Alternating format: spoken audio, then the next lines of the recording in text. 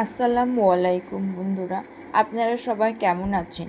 এই গরমে আপনাদের সঙ্গে তরমুজের ঠান্ডা ঠান্ডা শরবত শেয়ার করব। এটি বানাতে খুব বেশি উপকরণ লাগবে না, খুব কম সময়ে এটি আপনারা বানিয়ে ফেলতে পারবেন। আপনাদের বাড়িতে মেহমান আসলে এটি বানিয়ে দেবেন। তো চলুন শুরু করা যাক। প্রথমে তরমুজগুলো টুকরো টুকরো করে কেটে নেব, তারপর তাতে পরিমাণ মতো চিনি দেব।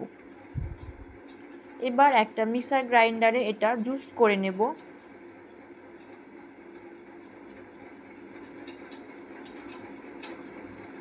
এই তো হয়ে গেছে আমাদের জুস। এরপর এটা ছেঁকে নেব, তারপর একটা গ্লাসে ঢেলে নেব। এরপর আইসের টুকরোগুলো দিয়ে দেব। এই তো তৈরি হয়ে গেছে আমাদের ঠান্ডা ঠান্ডা তরমুজের শরবত।